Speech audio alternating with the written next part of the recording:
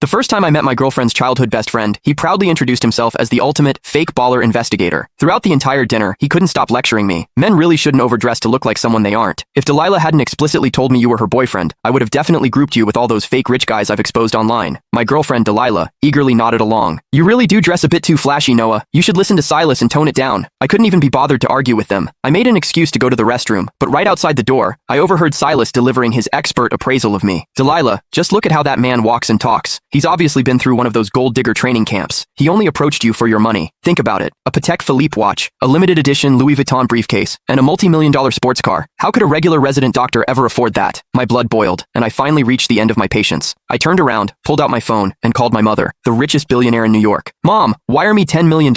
I'm going to buy out a certain fake baller agency and teach this guy that wealthy women can actually have sons. As I hung up the phone, Silas's confident voice drifted out from the private dining room. Delilah was looking at him, nodding with absolute trust. I really wanted to see how Silas planned to test a real heir like me. When I pushed the door open, Silas was holding my Louis Vuitton briefcase, inspecting the lock and the leather from every angle with a condescending smirk. I'm telling you, young guys like you really shouldn't get caught up in comparing yourselves to others. The first step to becoming a fake baller is trying too hard to package yourself. This bag of yours is a rental, right? I almost laughed out loud. When Silas saw I wasn't speaking, he assumed he had hit a nerve.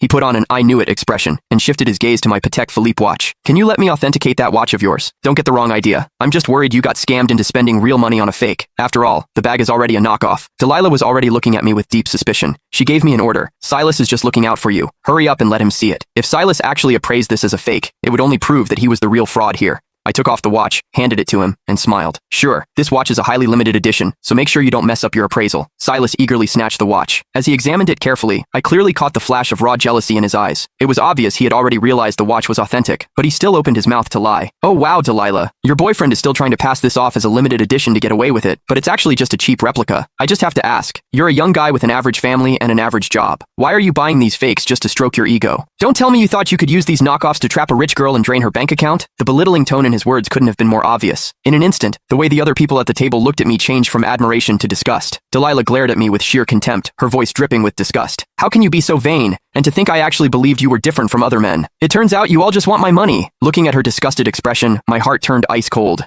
I used to think Delilah was just easily influenced, but that she at least had basic judgment. After all, we had been together for almost a year. Shouldn't she know what kind of person I am by now? I frowned, matching her dissatisfaction. Delilah, who is actually your boyfriend here? You just blindly believe a single word he says? Since that's how it is, I don't see any point in finishing this dinner. I stood up, grabbed my bag, and prepared to leave. Silas gave a fake plastic smile and chimed in again. Why are you in such a hurry to leave? Did the rental time on that sports car downstairs run out? Are you using this as an excuse to go return it? I was completely out of patience. I turned and demanded an answer. What makes you think my car is a rental?